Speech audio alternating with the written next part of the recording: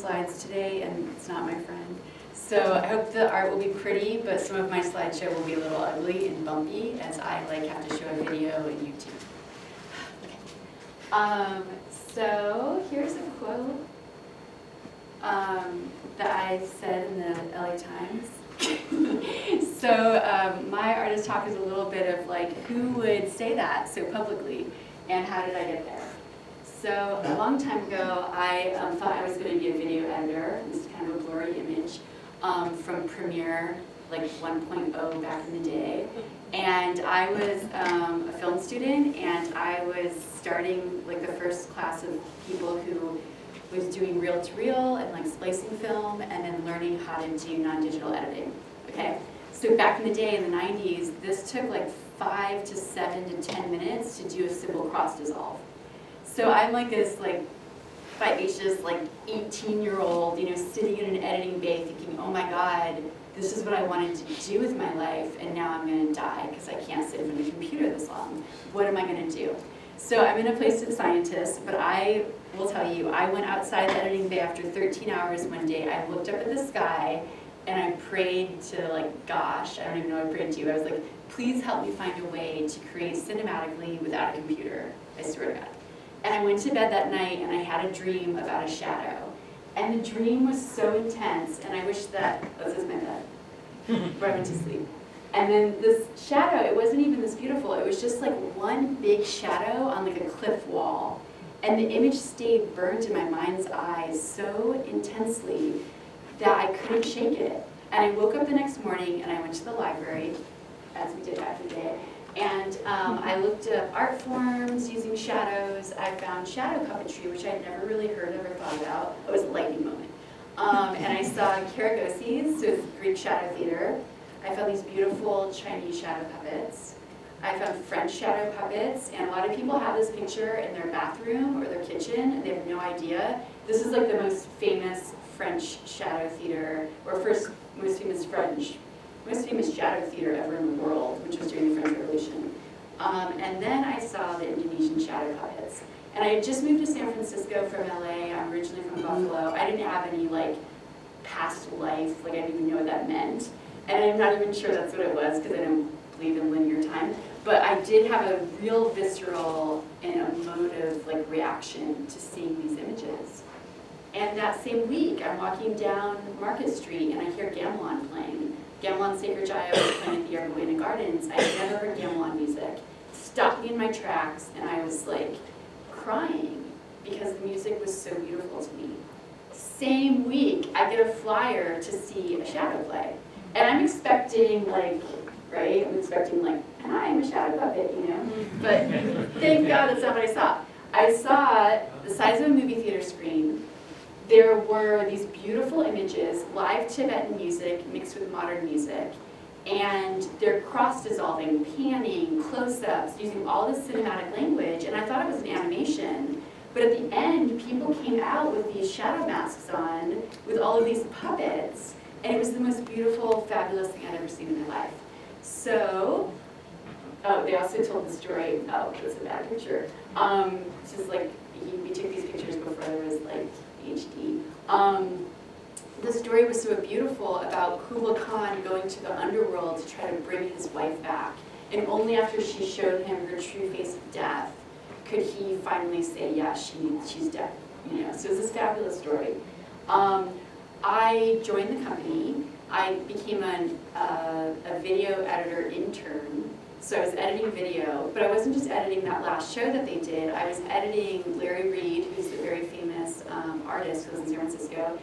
He was the first person who ever went to Indonesia and became a Dalan. So he became like a Balinese shadow master. So I edited hours and hours of this video of him learning to tell the stories of the Mahabharata and the Ramayana with puppets. Soon I became his assistant, so luckily I got to sit on the good side. So there's two sides, and the evil Karawa brothers, they are on one side, and they're like the demon puppets. And then there's the Pandavas, like Arjuna and all the heroes. So I got to sit on the good side, which was nice. I got hit in the head with puppets. The coconut oil flame would splatter like the hot oil on me. It was awesome. This is a picture of us back in the day. And then I also went to Indonesia, and I was a total nerd, and I made my own shadow puppets out of rawhide. So they gave me like a big piece of like what your dog chews up, but it was like really big, and I had like a hammer and a chisel, and I cut out little puppets. So it was a fantastic trip. But when I got back, I realized, okay, I've been an apprentice to a master artist for literally a decade, and I need to like get on with things. So I started to make my own work. And my own work was really different from my mentor. And I went to Cal Arts at some point, and I started to kind of turn everything the other way around. So Larry's work, you see the screen, but I realized people don't realize it's live. They think it's an animation because it's so well done. So the most exciting place to be was behind the screen. So I kind of flipped that so the audience could see all the mechanism in plain view, and then when the shadows are tall enough, it kind of dwarfed what was happening in the foreground. I made all kinds of shows, moving screens, so people could be interacting with shadows. This is Peter's Shadows, a German story of Peter Schlemiel. I started to make work at the Geffen Playhouse, South Coast Rep, Kennedy Center, LA Phil, and I discovered that I hate designing theater. I really don't like it. I even got to make one play, though, on Broadway with Elton John. It never came out, but it was fabulous for those of us who got to see it. And then I started to get much more conceptual with my work. I decided I didn't want to be a designer, and I didn't want to make shadow plays with words because they're so much more powerful without all of this language.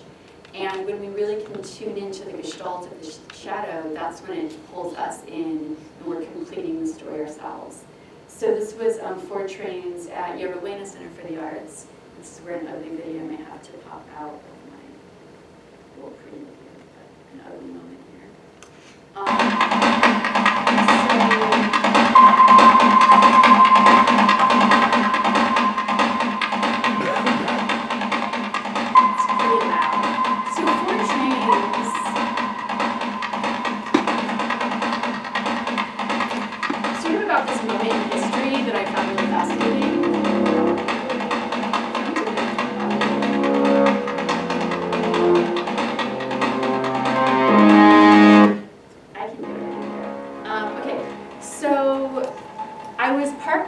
I just got done teaching shadow animation at Pixar, and I was parked in Emeryville, and the train came by, and I was looking at the train and the lights and the shadows that my car was casting of the Muni up onto the buildings. So I thought, oh, I really want to make something about the train. And I started to play with these images and thinking about what does the train represent? And it represents power and ingenuity. But then I started to realize that it was the first global invention that hit like all 7 continents and radically changed the way people worked with time and commodifying nature. And I was like, oh my God, like this one generation in the 19th century that was born without the train, and then the train came into their lives and their entire worldview changed by the time they died. Most of us in the room are people who were born before the smartphone computer. Like, we're gonna be those people on 60 Minutes that are like, I remember the day when there was no computers, you know, we're like 120-year-old person, right?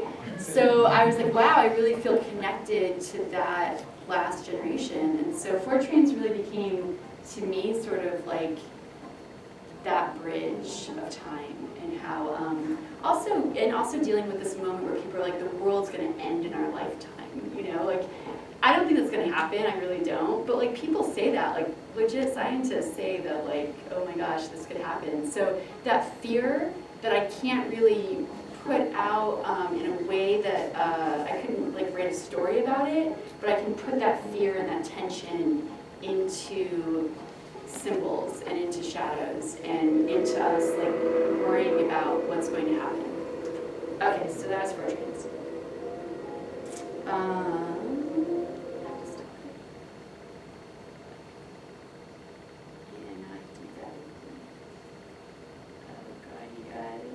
Did anyone here make Google Slides? How do you look at presentation? The last time I gave a talk, I had an assistant run my slides because I was so bad at it. Escape, maybe. Okay, how do I make it big again? Okay, so then it was like, well, I think I've done like just about everything with shadows, seriously. So what do I hit? It's that button with the square. Yeah. Right. That one? Right. You Yeah. have to. Think with To the your right. vertical. Yeah. I love you guys. Okay. So then I was like, okay, so one time Larry said something about 3D shadows, and I was like, what? You can make 3D shadows? Like, why aren't we doing this? And he said, oh, it's such a gimmick, like, we're going to do 3D shadows. So then I got to CalArts, and I was like, I'm free, I'm going to make 3D shadows. So I made my first, I'd never seen a 3D shadow or seen it. I call it a stereoscope. It's actually a misnomer of like what it actually is, but I think it's the best word for it.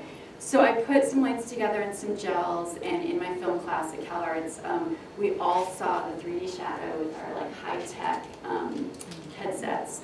And right when we saw it, we were all screaming and burst into flames because I didn't really know how to make anything at the time. And then some people told me about computer fans. Anyway, I was able to start making shadows that were like 40 feet tall. So this ginormous 3D shadow reaches out to you. And for me, it was such a validation because when you tell your family that you're going to not go into film and make shadow puppets, so it was like my shadow came out and was like, no, you did a good job. No one else believes in me, but I do. And so that was like this real epiphany moment. Like, I love these 3D shadows. I was trying to put them into my other works, and I didn't really know what to do with it. I was also having a crisis in my life, and I was like, why have I spent all my life making shadow puppets? This is crazy. And then I got a call from a very amazing art collector in San Francisco who was opening a gallery in like near Minnesota Street Project. And he said, will you come and make the first ever performance that we're having at the Make-A-Boy Foundation for the Arts? And I said, yeah, I just want to focus on the 3D shadows, and I just want to think about form and movement and not story, and I want to get away from theater. And so my idea was to do kind of a John Cage score of Avatar, and to look at like the shots, because that's like our most, like, it's like the best 3D film, right? So I'm going to take like the shot list from Avatar, like Kraft moves in on the left, grows large, and like exits. So we kind of started with that and the dancers, but then luckily it changed and we started to get into playing with movement and bodies more. But this is kind of what we first created there. And I wish you could see it, but you can't because the 3D shadow cannot be captured digitally. We'll get to that though. So it was really nice. We had an installation where people would come and play in the 3D installation, and then every 20 minutes we would enliven it with dance, and it would go back and forth, and people could play in the installation and then watch, and they would usually stay for 3 rounds. So it was pretty fabulous. So then I thought, oh wow, I want to keep going with this, and now what do I add to my thought process? So I was thinking about like Marshall McLuhan, like everyone does, and like what is this medium's message? What is the stereoscope's message? Like what is its best thing that I can do conceptually with this? So I didn't really know, but I got into this New York's Festival of Red Cat. I always get into that festival. But we made this antiquated augmented reality.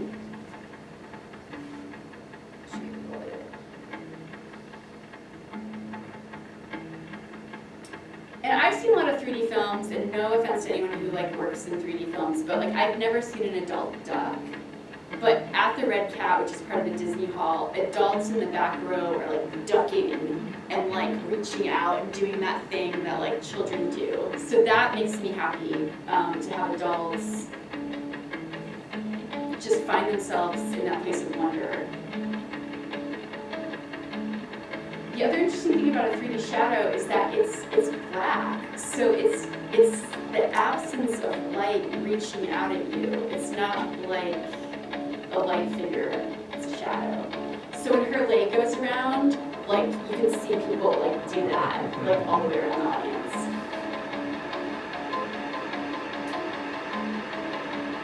So we did this, and then Sundance called me and said, can you bring this to Sundance? And I was like, what are you talking about? it's not digital, it's not a film, and it's not a video. So I will forever have the bragging rights, though, that I was the first non-digital, non-film, non-video at Sundance as an official selection. And so I thought, oh my God, it's just going to be like this, like novelty act on the side that nobody really goes to. But luckily, when I went to Sundance, we were in the Egyptian, which is it's like the best theater. And all these people came because they were like, we can watch all the films on Netflix like next week, so we'd like to see the live work. So as part of New Frontier, which is usually the most cutting edge work, but they were showing the most antiquated work. And then we had an awesome French film crew follow us around. To show that video. I just want to show the beginning of it because it is kind of interesting to see when this stuff. Arriva le jour où le prince se rendit compte que monter l'escalier pour rejoindre sa bien-aimée devenait de plus en plus difficile. Mais heureusement, comme pour toute belle femme, Ma princesse, offre-moi ton stellar, précieux destrier des rois. et comme à chaque fois, la Magistana opéra. Et c'est ainsi que le prince et sa princesse retrouvèrent la joie de se déplacer librement. There we go. So here's us playing with cardboard at the Sundance. 20 ans d'expérience dans la manipulation de la lumière, Christine Marie revisite la 3D version low-tech et sans Silicon Valley. Sorry, Silicon Valley.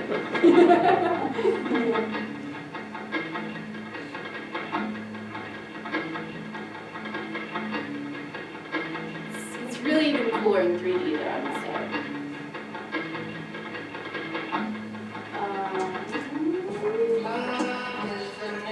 That's back to the one ago way now. So after all of that, and now I know which button to hit. What's next with this piece? So it did really well as a 20-minute experimental piece, but it's not done. So the other thing, I just was talking about Buffalo with you, but so with my family, who they were kind of impressed when I worked at Pixar and DreamWorks, and then they were like sort of impressed when I became a TED Fellow, and then I went to Sundance. It's like they were so excited, but it wasn't because of Sundance, it was because I got to meet Robert Redford.